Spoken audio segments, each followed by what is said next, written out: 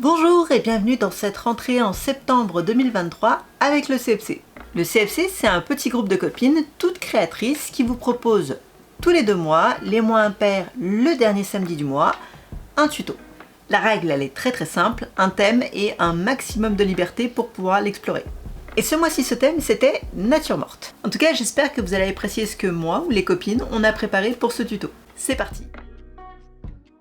Ok, le thème de notre tuto, c'est nature morte. C'est un thème pour moi qui a été compliqué à traiter parce que pendant très longtemps, je suis restée bloquée avec la définition de ce qu'est la nature morte.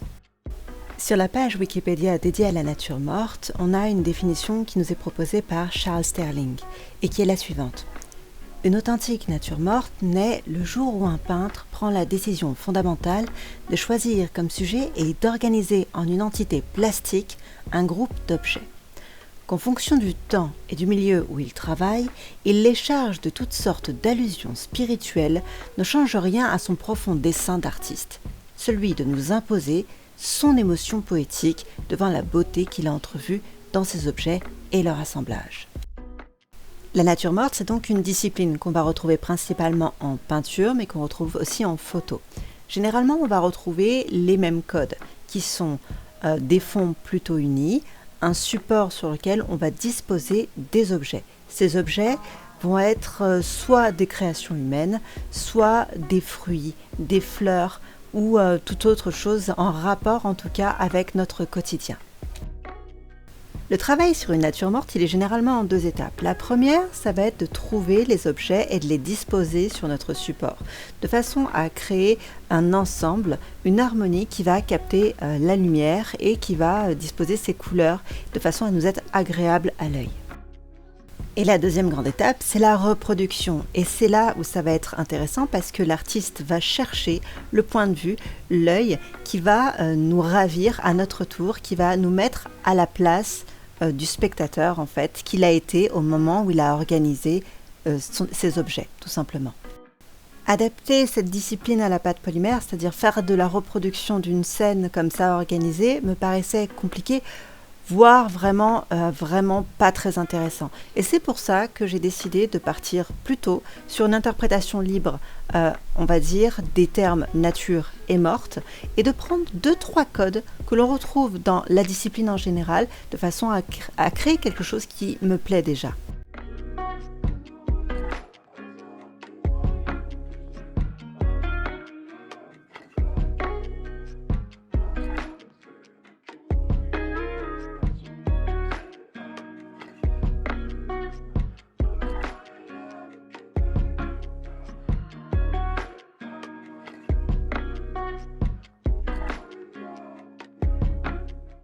Une légère pré-cuisson de la partie noire va me permettre de pouvoir travailler sans qu'il y ait de transfert en fait sur la partie blanche que je vais mettre par-dessus.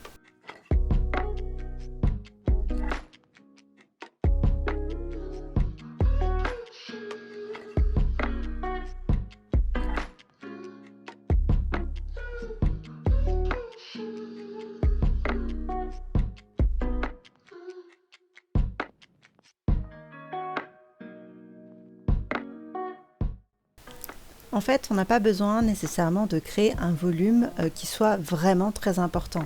Cette technique, elle permet tout de suite de donner un petit côté wow à une création.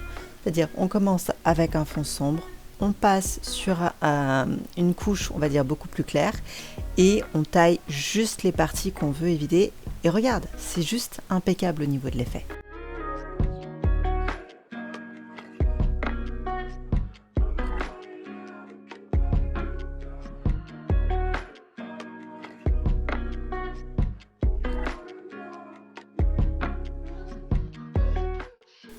Pour la partie avec les plantes, j'ai créé plusieurs nuances de vert. Ça me permet d'avoir une couleur un petit peu pour chaque élément et créer des petits contrastes qui peuvent être intéressants visuellement. On va avoir une couleur pour la tige, une couleur pour les feuilles et vraiment, ça apporte tout de suite un petit côté. Alors, de loin, on ne le voit pas forcément, c'est quand on va se rapprocher de la pièce que ça devient intéressant visuellement.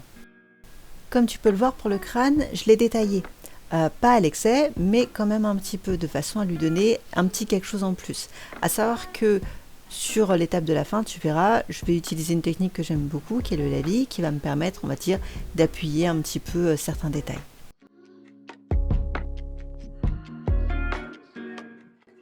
Au niveau de la végétation, ça va être affaire de goût et de couleur. C'est-à-dire que si tu veux un truc qui soit ultra vert, ultra foisonnant, ça c'est toi qui gères. Si tu veux quelque chose d'un petit peu plus épuré, un petit peu plus aride, pareil.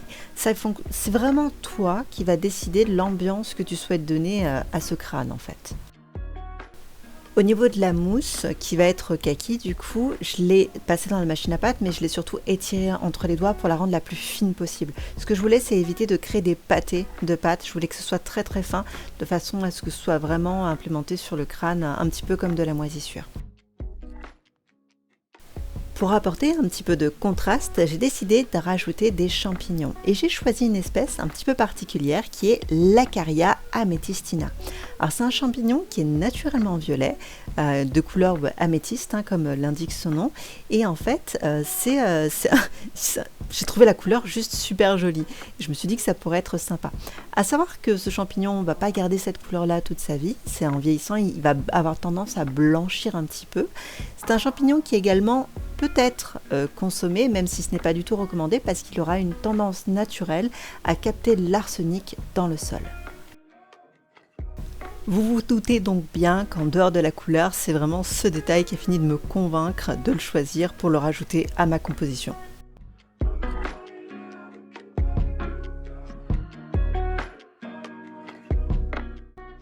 Donc même si je ne me suis pas inspirée d'objets de mon quotidien et que j'ai décidé de créer une scène, voilà le premier truc que j'ai décidé de prendre, on va dire à la discipline de la nature morte, c'est de créer cette scène, de créer un petit peu une disposition de mes objets de façon à créer quelque chose qui visuellement soit joli.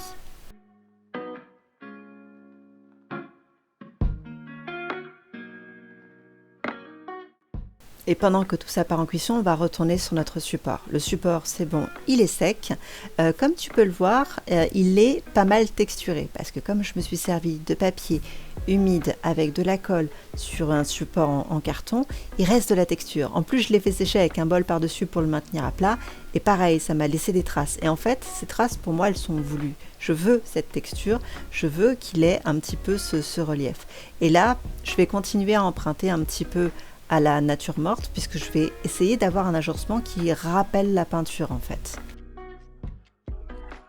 Je veux que les coupes de pinceau se voient, je veux qu'on ait de la texture au niveau du fond.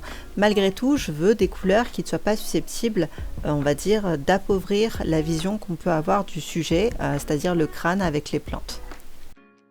Donc si je résume, j'ai pris, on va dire, 2-3 éléments à la nature morte. J'ai disposé mes objets comme j'avais envie qu'ils le soient.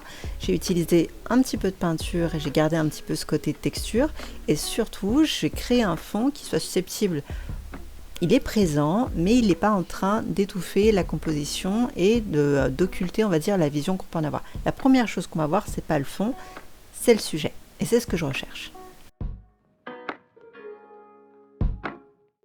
Bon, c'est peut-être le moment où tu te dis, mais au final, où est-ce que ça nous mène? Qu'est-ce que c'est? En fait, ça, c'est un support de casque. Ça faisait un moment que j'en voulais un, c'est parce qu'en fait, mon casque, c'est devenu un petit peu quelque chose, un objet de mon quotidien qui est extrêmement important. Je ne supporte pas les oreillettes, alors c'est Team Casque ici. Avec le temps et avec l'âge, ça devient de plus en plus compliqué pour moi de gérer le stress que vont me provoquer les lieux publics, ou surtout où il y a énormément de monde. Dans ces moments-là, avoir mon casque, c'est quelque chose qui est devenu un petit peu très important pour moi. Le problème, c'est que je suis aussi extrêmement tête en l'air. Et du coup, quand je rentre des fois d'une sortie, je vais avoir tendance à poser mon casque. Et quand je dois ressortir à nouveau, je ne sais plus où je l'ai posé. Et c'est compliqué pour moi, surtout que dans la panique, etc., le chercher, du stress supplémentaire. Avec un support mural de cette façon-là, je n'aurai plus à chercher le casque, on va dire, très longtemps. Il est à cet endroit-là, je sais que c'est sa place. Elle lui est réservée et c'est très bien comme ça.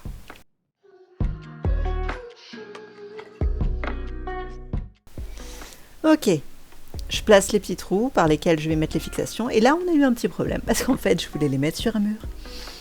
Et c'est pas passé, j'ai pas réussi à percer. Donc du coup, ça a fini sur un meuble, et c'est très bien comme ça. Le crâne comme ça à la disposition, ça peut très bien aller sur un carnet, sur un tableau, sur autre chose. T'es pas obligé de l'adapter uniquement pour un porte-casque comme celui-ci. Mais voilà, en tout cas, j'espère que ça t'a plu. Je te dis à dans 2 mois avec le CFC. À bientôt et prends soin de toi!